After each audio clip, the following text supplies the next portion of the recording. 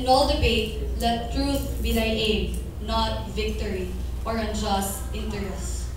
To our honorable Board of Judges, to our respectable moderator, to our worthy fellow debaters, to my courageous colleagues, to our ever-supportive faculty members, ladies and gentlemen, good afternoon.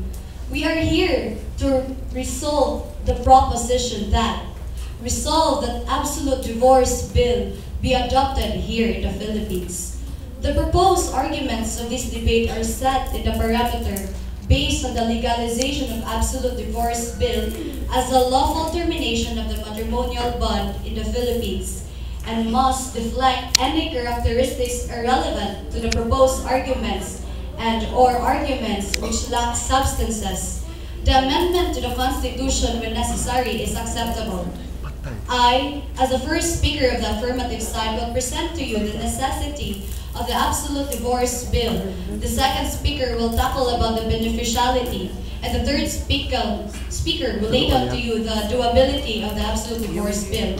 Absolute divorce bill is defined as the declaration of the court that the marriage has been dissolved or terminated due to marital misconduct or any statutory cause arising after the matrimonial rights. With that, ladies and gentlemen, the affirmative side strongly affirms the adoption of absolute divorce bill here in the Philippines, and allow me to lay down to you my arguments. First, absolute divorce bill is necessary as it paves way to the elevation of RA 9262, or the Anti-Violence Against Men, Women, and Their Children. Prior to the DSWD survey, 25.1% of women are victims of abuses and exploitation, which I found destructive to a person's well-being and thus violates Article 5, which states, "No one shall be subjected to torture, to cruel, inhuman, or degrading treatment or punishment." Couples having been in such imperable differences will only lead to tormenting abuses. Second, absolute divorce bill is necessary for it advocates the right to seek for a more adequate legal process of separation. Dysfunctional marriage may now exercise the right to avail absolute remedy in terminating their marriage, a remedy that would not suppress every individual's right and pursuit to happiness and suspend their journey towards a better living. Third, the proposition is necessary because it actualizes the restoration of the individual's self-worth from the tormenting plague that has consumed them. From irreconcilable differences and irreparable marital breakdown, the perpetual existence of the couple in hopeless marriage remains futile and a dead end, since they could no longer execute the function as a human being that resorts to their loss of self-dignity and dysfunctional member of the society. After all the arguments I've presented, ladies and gentlemen, the proposition set before us this afternoon is indeed necessary and will always be necessary for the following reasons. First, it elevates and extends our existing law. Second, it helps for the restoration of the individual's self-dignity and the right to pursue to life and happiness. That would be all, and thank you. Thank you, Speaker. First speaker from the negative side for interpolation in 3 minutes.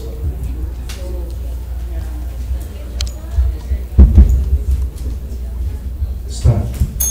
Good afternoon, Ms. Speaker. Good afternoon, Mr. Interpellator. Okay, so my first question, Ms. Speaker.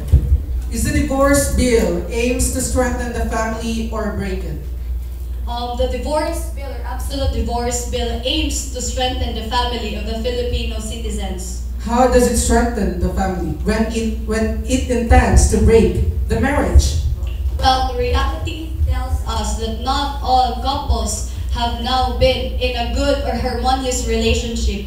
Therefore, if we continue to live in a marriage where couples does not have any understanding, or their family has been suffering from tormentous plague, then it leads to brokening of the family. And I guess... Okay, I understand already, Ms. Speaker. Thank you. Thank you. My next question, Ms. Speaker, since you're relating it to the differences of the couple, would you agree that there could be other means of solving the problem rather than indulging to divorce? The other means, as you said, are you referring to the nullity of marriage and legal separation? No, Ms. Speaker.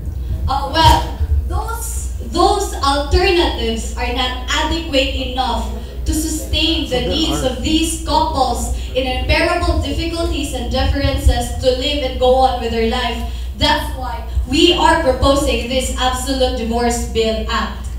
Okay.